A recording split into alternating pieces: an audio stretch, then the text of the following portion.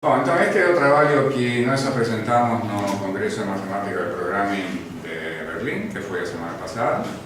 Tem a ver com a tese de doutorado de Felipe, com a tese de doutorado de Francisco, a Ana também colaborou.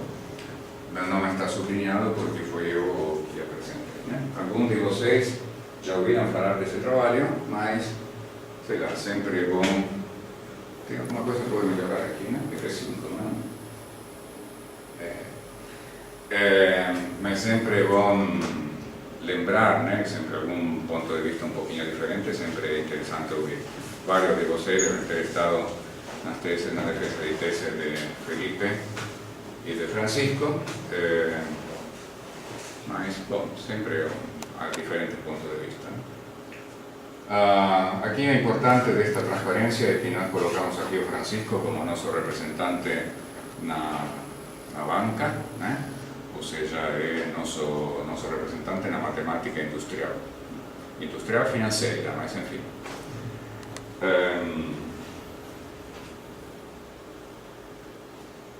Bem, este é o resumo do que eu vou falar aqui.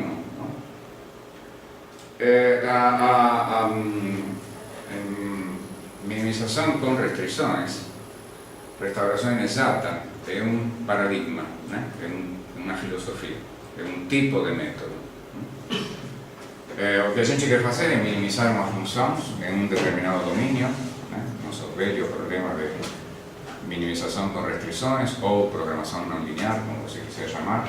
Programação não linear está ficando fora de moda. É melhor dizer otimização com restrições, né?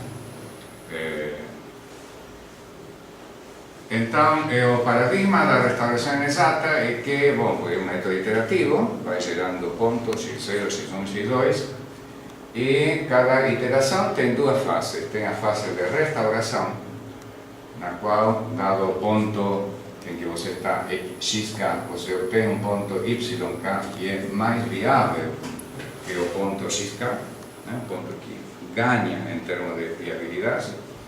E depois tem uma fase de minimização, onde nesse ponto yk que você conquistou, esse ponto mais viável, você define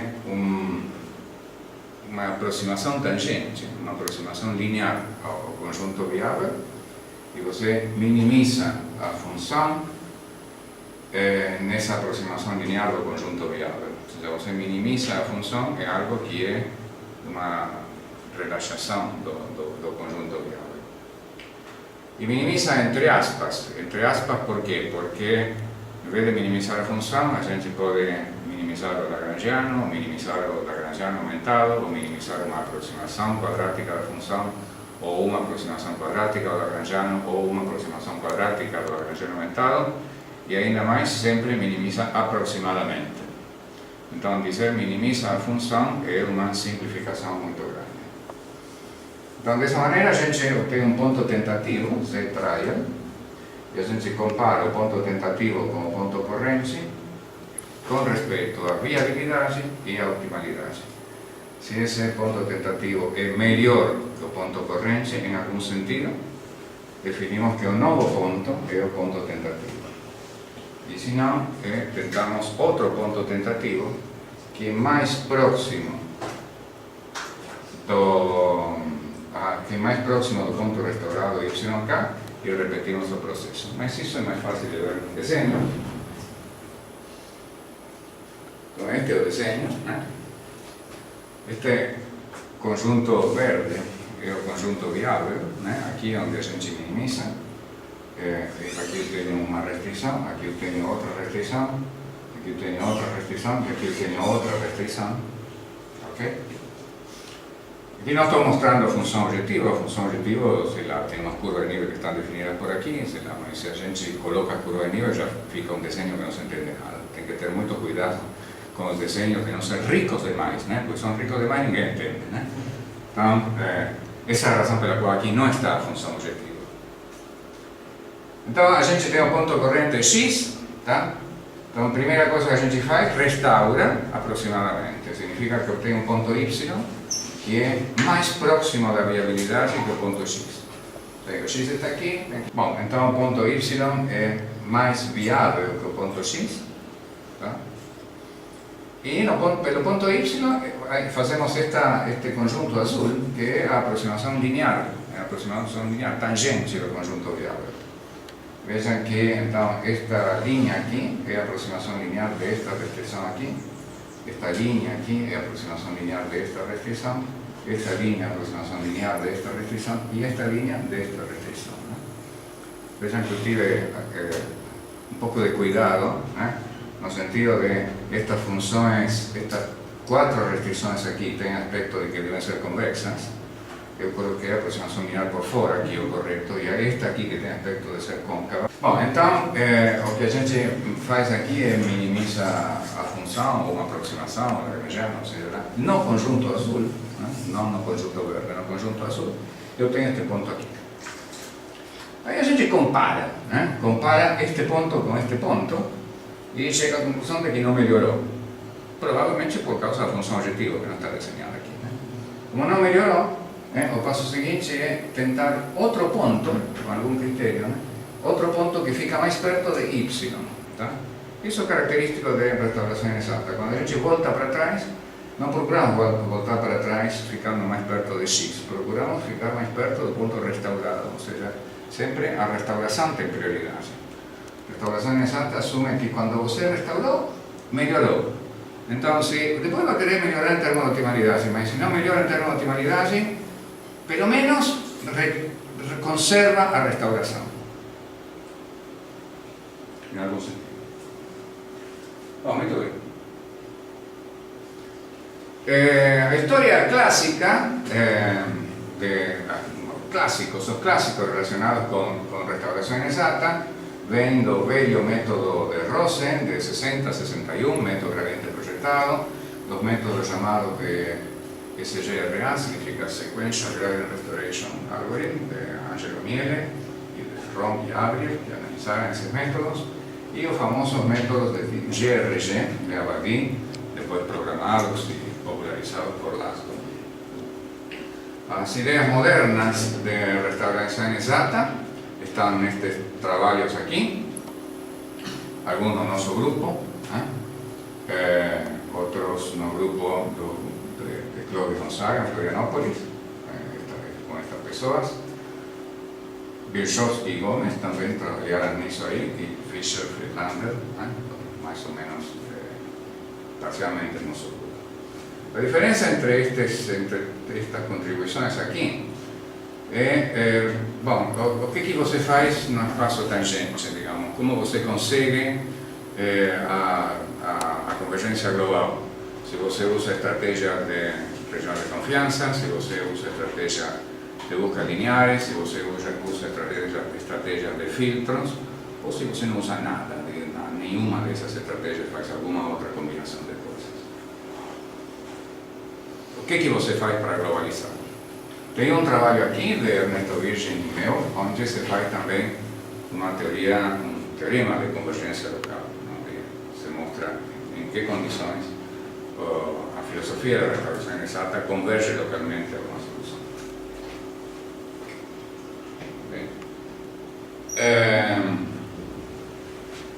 Quando a restauração inexata é útil? Aqui vem um esclarecimento que parece negativo. Até agora, não quer dizer que isso seja assim para sempre, mas até agora não foi conseguida uma implementação de restauração inexata universal, digamos, eficiente e universal. O que significa universal? Que digo, uma restauração inexata que você aplica a qualquer problema de programação não linear e ele é melhor ou competitivo, ou sei lá, do mesmo nível que algoritmos bons de programação não linear. As boas tentativas de restauração inexata, as tentativas bem sucedidas de restauração inexata, foram para casos nos quais há determinadas características boas. E as características boas que pode haver é fundamentalmente a primeira, que é que existam métodos naturais para fazer a restauração. Dos métodos mais differente da restaurazione esatta, mas em outro método de programação não linear, você considera o problema como um todo, você faz um modelo do problema como um todo e você, por exemplo, faz programação quadrática. Você aproxima ao mesmo tempo as restrições e a função objetiva e você faz um passo de programação quadrática. Na restauração exata não, você divide, primeiro faz uma restauração. Quando que isso é bom? Quando existe uma maneira natural para fazer a restauração. Quando o problema está te dizendo, olha, para restaurar faça isto. E também, aunque isto é menos frequente, quando há maneiras naturais de fazer a otimização no espaço tangente. Isso é menos frequente. O mais frequente é isto, que existam maneiras naturais de fazer a restauração. Dentre as tentativas melhor sucedidas estão as que trabalha o professor Yalcin Kaya, de Austrália, com os alunos dele e tal, em problema de controle. Por quê? Porque em problema de controle há uma maneira natural de restaurar. A maneira natural de restaurar é você fixar o controle e modificar o estado. Ou seja, trabalhar na fase de restauração somente com o estado, fixando o controle. Em muito caso você pode fazer isso, em outro pode fazer uma pequena maracutaia para fazer uma coisa parecida. Então, neste problema de controle, o Yalcin Kaya foi muito bem sucedido. Depois temos os trabalhos em B-Level, porque em B-Level também há uma restauração natural, porque em B-Level você minimiza alguma coisa sujeito a que a restrição é que algo se resolve, a restrição é a resolução de outro problema de otimização. Então, por que é uma maneira natural de restaurar? Bom, porque a maneira natural de restaurar é resolver outro problema de otimização. Não há nenhuma necessidade, não há nenhuma plausibilidade de considerar tudo junto, quando o natural é que você primeiro resolve o problema de hoje. E outro caso muito bem sucedido são problemas de cálculo de estruturas eletrônicas, onde aí já é mais técnico, mas é um problema que é muito bom, porque são duas coisas juntas. No cálculo de estruturas eletrônicas, a variável é uma matriz, e a restrição é que a matriz precisa ser uma projeção com determinada dimensão da imagem, ou seja, a matriz tem que ser idempotente e tem que ter um traço fixo. Então, é natural, digamos, várias maneiras naturais de você, dada uma matriz qualquer, projetar no espaço, digamos assim, das matrizes idempotentes com traço dado. Então, você tem essa maneira natural, que aproveita essa maneira natural. E, ao mesmo tempo, também, neste problema, o espaço tangente, como se fosse a reta tangente desse espaço de matrizes, também há uma maneira natural de trabalhar com ele. Essencialmente, ele pode ser parametrizado facilmente. Então, você usa a parametrização e trabalha minimizando no espaço parametrizado. Muito bem. Mas aqui há uma conjetura, neste trabalho em particular há uma conjetura. Este trabalho, nós pensamos, nós especulamos que o problema de minimizar uma função com restrições, quando você tem derivadas das restrições, as restrições têm derivadas que estão disponíveis, etc.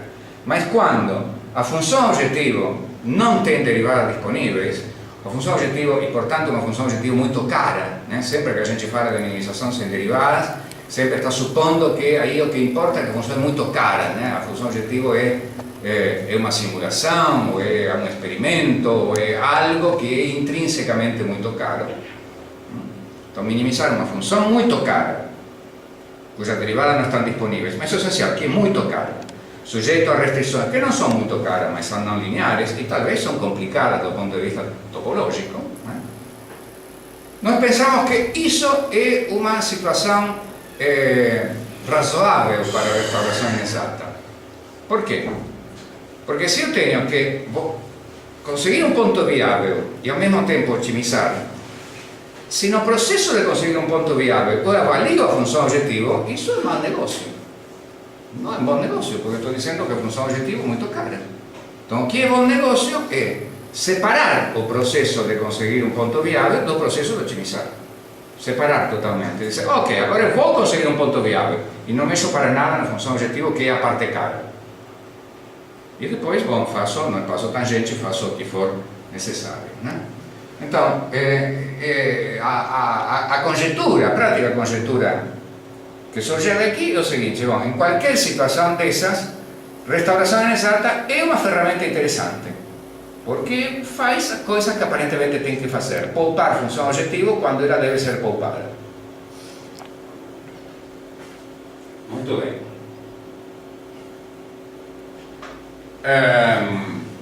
Bem, vamos fazer um pouco de técnica agora.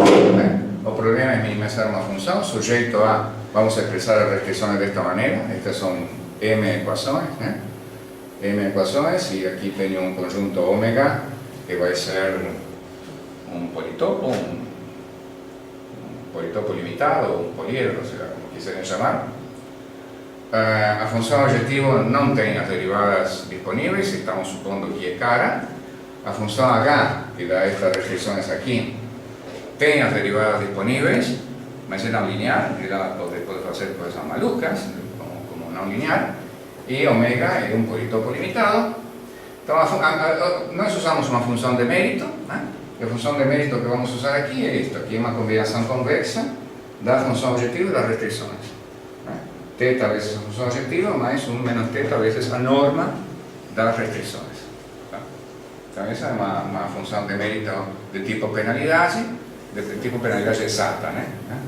De tipo penalidade exata. Se a gente, tanto faz colocar desta maneira, que é muito cômodo para nossas contas, como colocar f de x mais ρ vezes norma da h de x. É simplesmente tem que dividir por θ e tanto faz, né? Não é totalmente equivalente. Não é uma função objetiva diferente da penalidade exata, é a mesma função objetiva da penalidade exata. Tá, ok? Isto é mais cômodo colocar assim para nós. Então, essa é a função de mérito. O algoritmo detalhadamente é o seguinte: tenho um ponto inicial x0, tenho um parâmetro inicial de penalidade, inicializo minha integração. Na fase de restauração, eu calculo o ponto aproximadamente restaurado. Isto significa que calculo um ponto tal que h é uma fração, né? H em y é uma fração de h em x, né? R está entre 0 e 1, então é uma fração fixa. E ao mesmo tempo, esse ponto y que eu restauro, né? Esse objeto da restauração, a distância entre y e x tem que ser menor ou igual que um múltiplo de h. Por que tem que estar isso? Bom, porque se isso não estivesse, se a única coisa que eu pedisse fosse isto, seria válido eu restaurar sempre para o mesmo ponto, né? Ou seja, seria válido que eu conhecesse um único ponto viável e que cada vez que eu tenho que restaurar voltasse para esse ponto.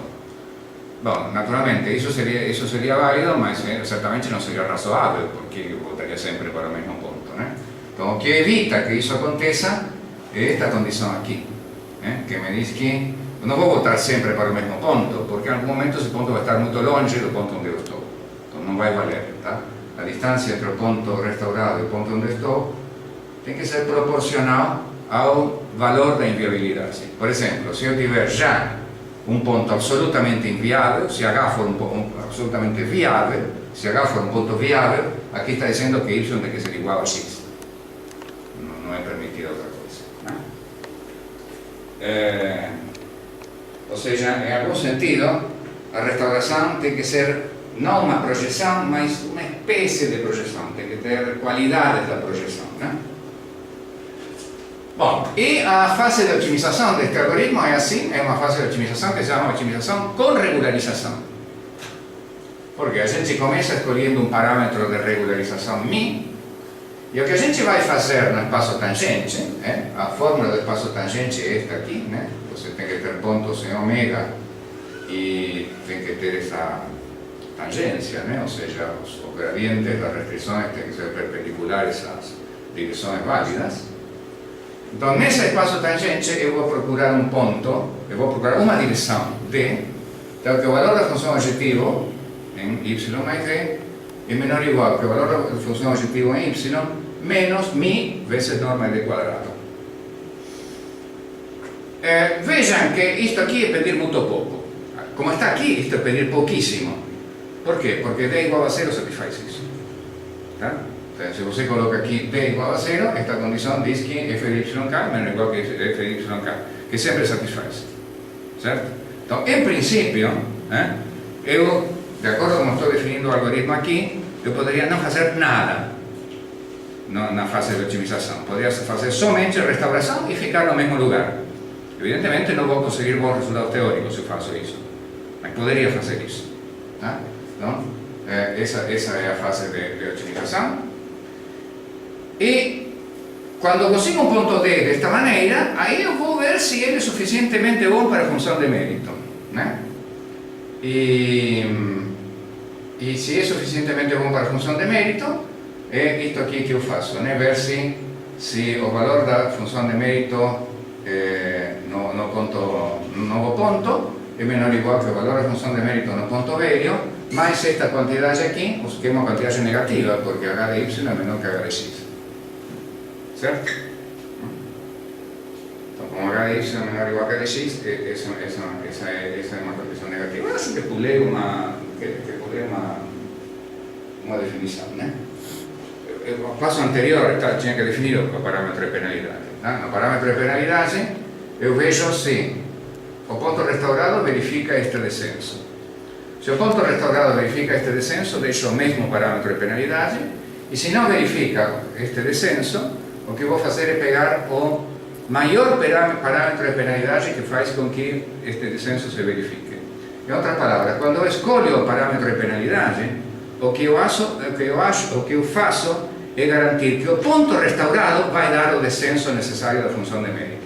Essa é a escolha do parâmetro de penalidade. Escolho, eu poderia escrever aqui o seguinte: escolho o próximo parâmetro de penalidade de maneira a garantir que o ponto restaurado verifique o descenso suficiente. Isso estaria perfeitamente, seria uma descrição oral perfeita dessa escolha do parâmetro de penalidade.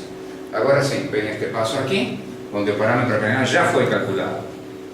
Tá? Então vejam que aqui estou perguntando se o ponto já novo, otimizado no espaço tangente, verifica o descenso suficiente.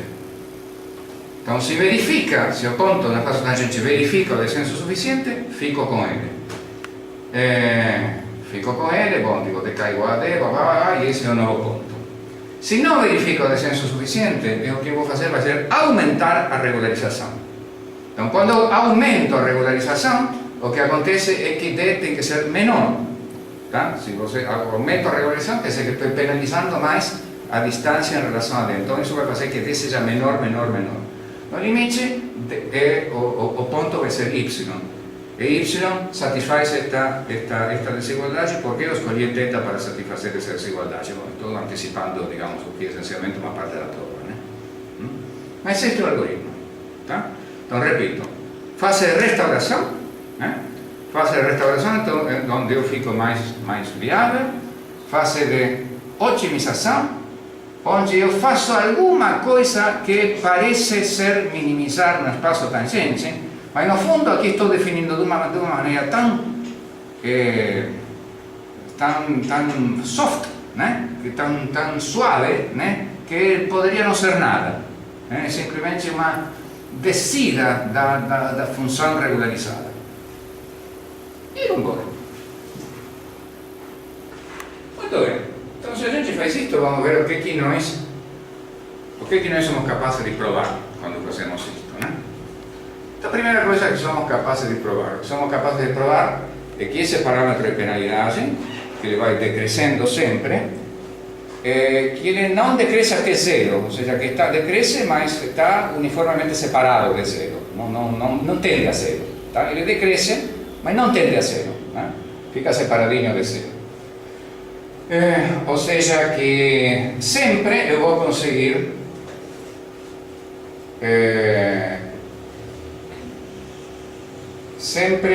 conseguir aqui falta D, né? Veja só, que é a primeira vez que estou vendo, aqui tem que ser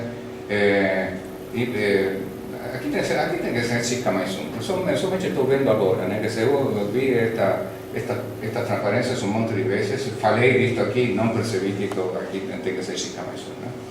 Ou seja, que isto tem que ter esse descenso vai acontecer sempre, que a sequência dos parâmetros de penalidade, apesar de ser decrescentes, eles tendem a um parâmetro positivo, ok? Bom, isso é bom, né? Por que é bom? Bom, é bom porque a gente gosta de que, não gosta de ter parâmetros de penalidades extremos. Quando você tem parâmetros de penalidades extremos, isso faz com que a função objetivo seja esquecida. Um parâmetro de penalidade extremo em todas as ordens da vida faz com que você devolva unicamente para as restrições. Isso é ruim, né? Então, é bom quando você tem um método que te diga, não vai haver parâmetros de penalidades extremos, né? Em penalidade exata você acostuma a ter esse tipo de teorema, não vai haver parâmetro de penalidade extremo. Em Lagrangiano aumentado, você acostuma a ter esse tipo de teorema, né? Você prova a limitação do parâmetro de penalidade. Então, isso está presente em todos os métodos que têm alguma coisa a ver com penalidade. Aqui está presente, né? Aqui não há parâmetro de penalidade extremo. O parâmetro de penalidade está separado uniformemente dos seus valores extremos. Qual é o truque? Você dirá, por que está separado dos valores extremos? Bom, porque você está fazendo restauração. Como você está fazendo restauração, digamos, você como que está fazendo por separado, está comprando em outra loja o trabalho que deveria fazer o parâmetro de penalidade. Como você está comprando esse trabalho em outra loja, o parâmetro de penalidade não precisa fazer o trabalho, portanto não precisa crescer tanto. Mais ou menos isso. Muito bem. O segundo lema diz o seguinte: bom, na fase de otimização, a gente tem um parâmetro de regularização. E a gente vai aumentando esse parâmetro de regularização até que se obtém o descenso suficiente da função objetiva. Tá? Você vai aumentando esse parâmetro de regularização. O que diz isso? Diz que você não vai aumentar até o infinito também. Ou seja, da mesma maneira que o parâmetro de penalidade não vai até zero, este lema te diz que o parâmetro de regularização não vai infinito. Não vai infinito nem em uma iteração, nem considerando todas as iterações. Né? Então, o parâmetro de regularizações estão limitados também. Bom, isso é outra estabilidade do algoritmo. Né? Eu não vou precisar levar meus parâmetros de regularização até 10 elevado a menos 20. A 20. E a consequência desses dois fatos é este teorema aqui, que me diz que o algoritmo encontra pontos viáveis. Né? Significa que o limite da viabilidade dos pontos correntes, assim como o limite da viabilidade dos pontos restaurados, assim como o limite das direções tangentes, é zero. Né? Isso significa, bom, se estes limites são zeros, então quando você tem um ponto de acumulação, nesse ponto de acumulação, HX igual a zero, HY igual a zero, portanto, todo ponto de acumulação é viável. Certo? Então vejam bem o que está dizendo este teorema. Né? Fazemos aquela restauração inexata, em cada iteração fazemos aquela restauração inexata e depois fazemos qualquer coisa no espaço tangente. Essencialmente fazemos qualquer coisa. Talvez nada. Né? Talvez ficamos com esse ponto. Tá? Bom, nesse caso, quando ficamos com esse ponto, o teorema está me dizendo, ok, você vai chegar a um ponto viável. Claro, se a única coisa que eu faço é restaurar, depois não faço mais nada, não tem nada a ver com a função objetivo, o que eu tenho? Que eu vou chegar a um ponto viável. É sensato, né? Ou seja, não preciso de misturar a função objetivo na jogada para apostar que vou chegar a um ponto viável. Vou chegar a um ponto viável. Agora, se em vez de fazer nada, faço alguma coisa, bom, tudo bem, não importa. Este teorema me garante vou chegar a um ponto viável. Certo? Bom, então a pergunta é quando que eu vou chegar a um ponto factível, a um ponto ótimo, né? Eu quero chegar a um ponto ótimo. Bom, aí vou aproveitar o que eu estou fazendo no espaço tangente. Por enquanto digo, no espaço tangente estou fazendo muito pouca coisa. Estou simplesmente diminuindo o parâmetro de regularização, certo? Aumentando o parâmetro. Minimizando a função regularizada, minimizando aproximadamente de uma maneira muito grossa a função regularizada. Tá? Bom, o que mais eu tenho que fazer? Isso só não pode ser, porque isso só poderia ser somente restaurar. O que mais eu tenho que fazer? É o que vamos dizer agora, temos que fazer algo mais. Muito bem. Então, aqui diz o que nós vamos ter que fazer. E vamos fazer no espaço tangente, então, ok, vamos pensar em minimizar esta função regularizada, sujeito ao espaço tangente, ou seja, o politopo mais a tangência mesmo. E vou dizer que vou usar um método que se chama método GSS e vou parar esse método quando determinado critério de parada se satisfaz. Tá? É um ponto, você vai numa direção, se melhora, melhora, se não melhora, vai em outra direção, se melhora, melhora, se não melhora, vai em outra direção, se melhora, melhora, se não melhora, vai nesta direção, se não melhora, vai nesta direção, se piora em todas, pega metade por aqui, e então continua com este passo, e assim por diante.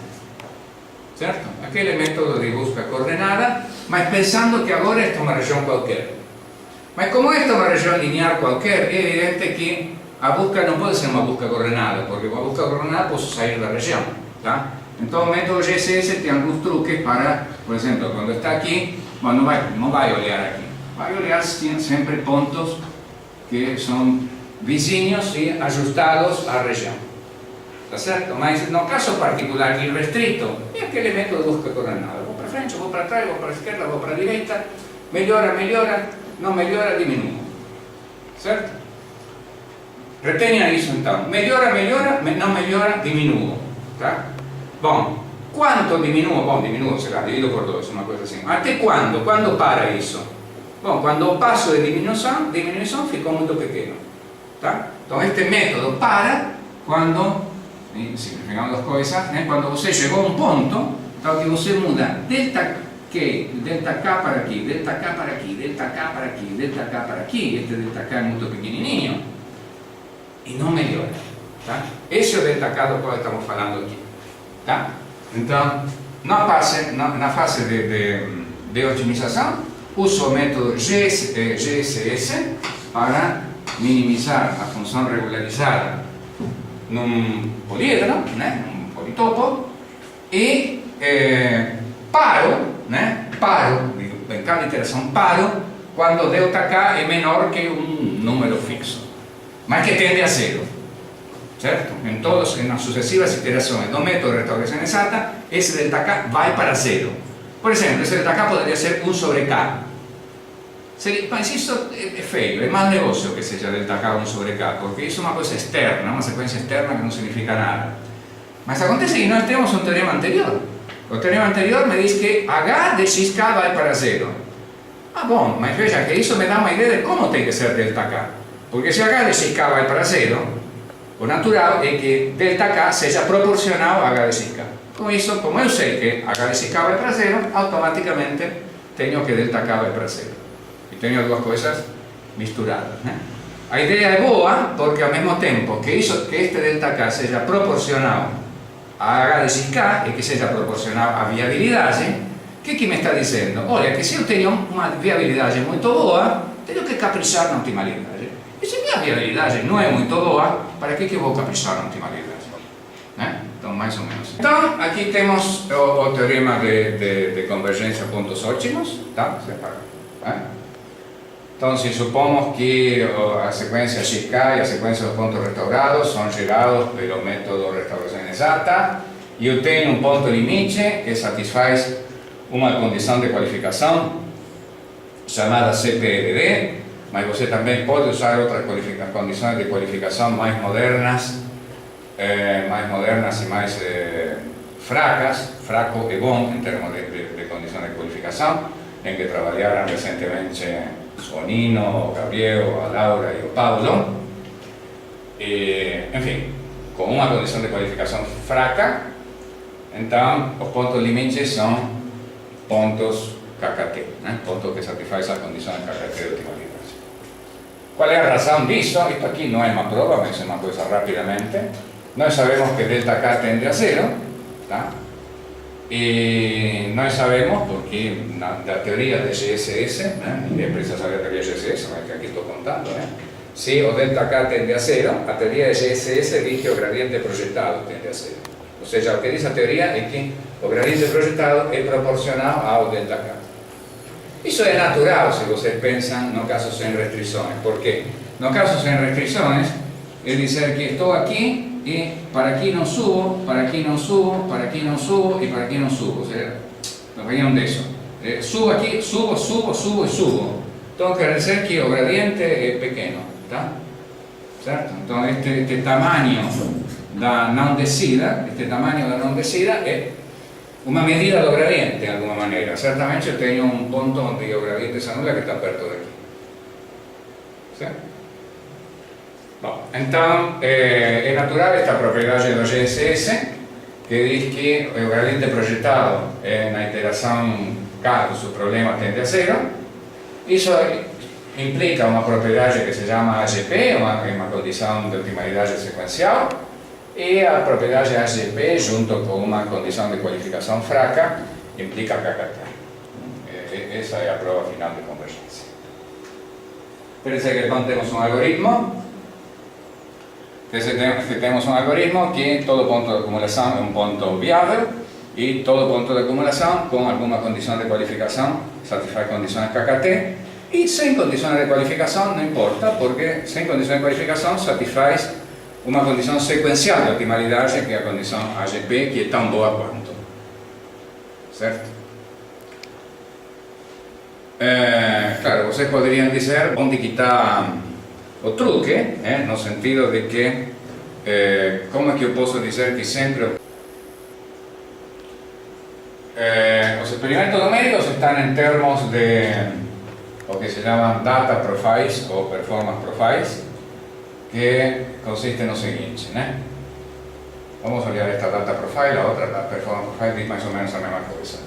Suponhamos que aqui você tem a avaliação de função, tá? Aqui tem um monte de problemas, tá? Aqui você tem a avaliação de função, tá?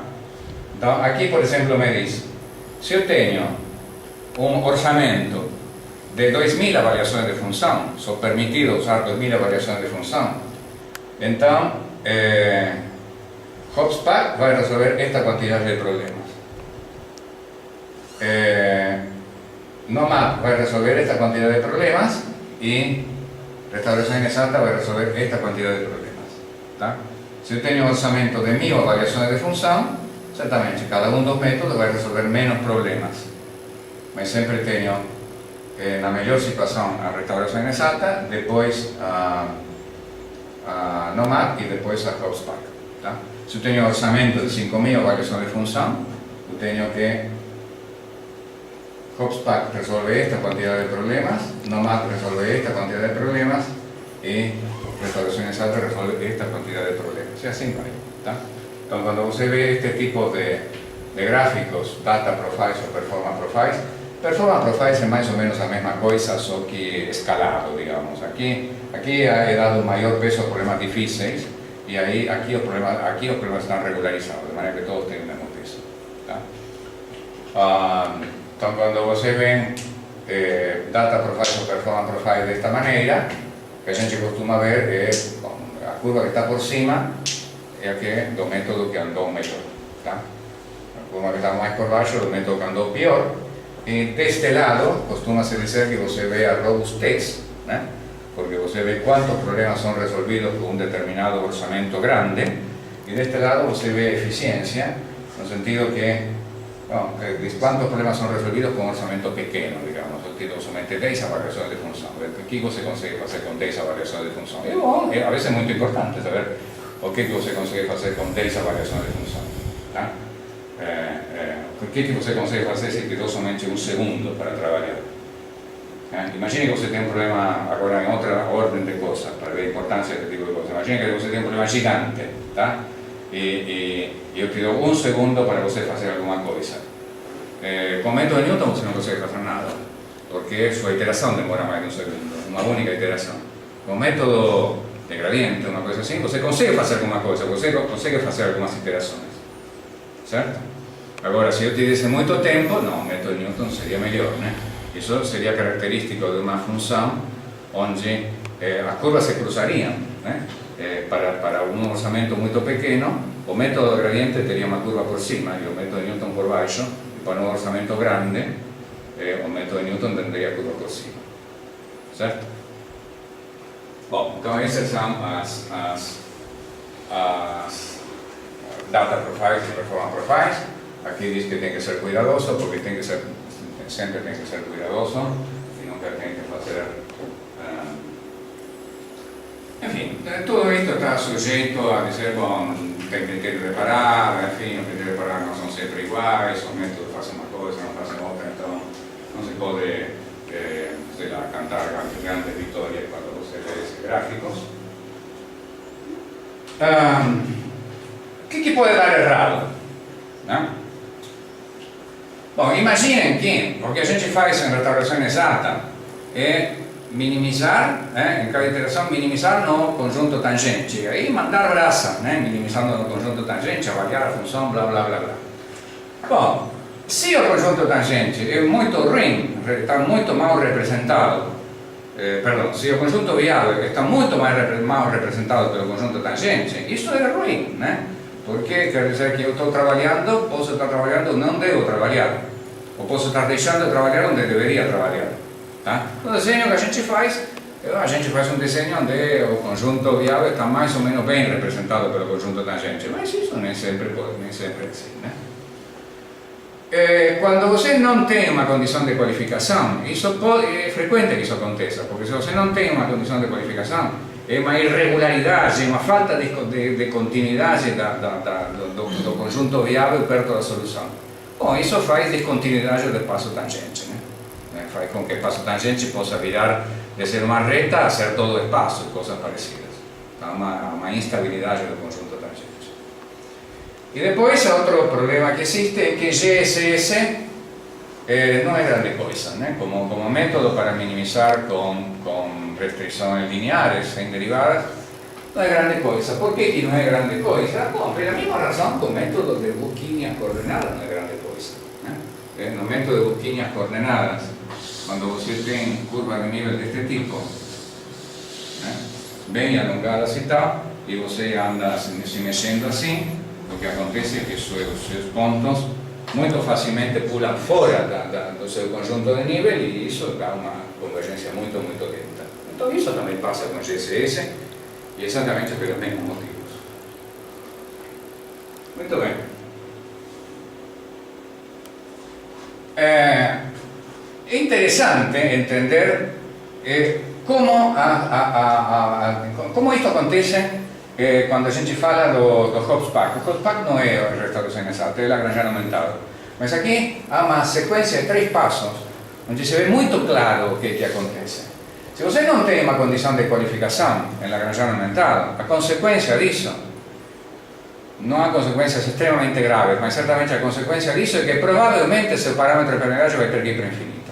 Quando você vê as provas em Lagrangiano aumentado de que o parâmetro de penalidade não vai para infinito, você vê, bom, tem uma condição de qualificação que segura o parâmetro de penalidade de alguma maneira, Então, se você não tem uma condição de qualificação, o parâmetro de penalidade vai para infinito.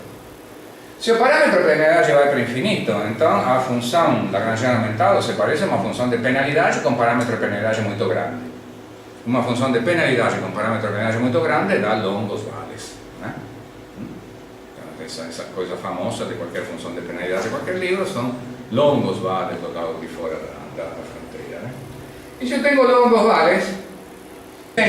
vales, GSS vai funcionar mal. Tá?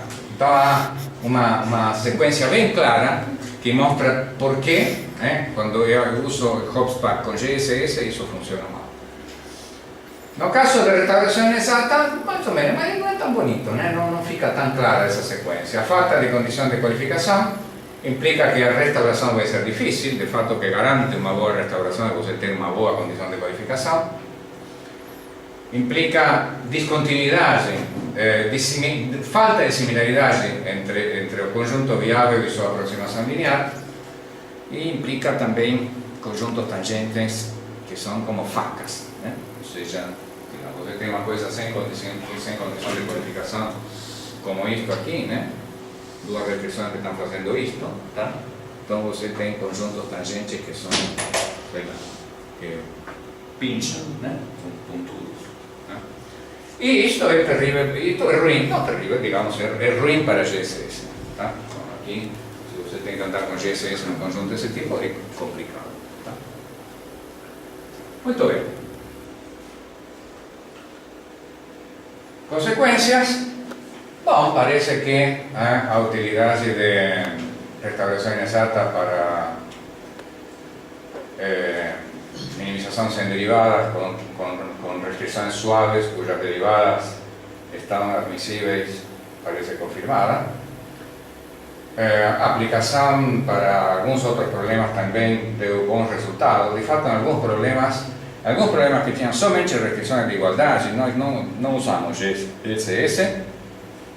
Usamos un método de Powell llamado Bobica, y funcionó bien.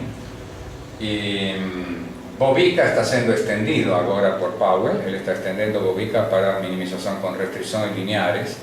Eso va a se llamar LINCOA, ese algoritmo. Eso va a ser bom para nosotros, que va a ser bom para juntar con la idea de restauración inexacta. Aquí tengo algunas referencias. Esto es para ustedes, esto aquí no forma parte de la palestra. De las partes, la era moderna de restauración inexacta, inclusive con la introducción de las palabras restauración inexacta, que probablemente fue en este trabajo aquí. Entonces, meu trabajo con Elvio, un trabajo meu, o trabajo do Clovis con el pessoal de Florianópolis. Este es o trabajo en que tem alguma convergencia local. Esta é a formulação de Fischer e de Anna Friedlander, que é a que usamos atualmente. É uma formulação muito boa, muito amigável, que atualmente preferimos as formulações anteriores.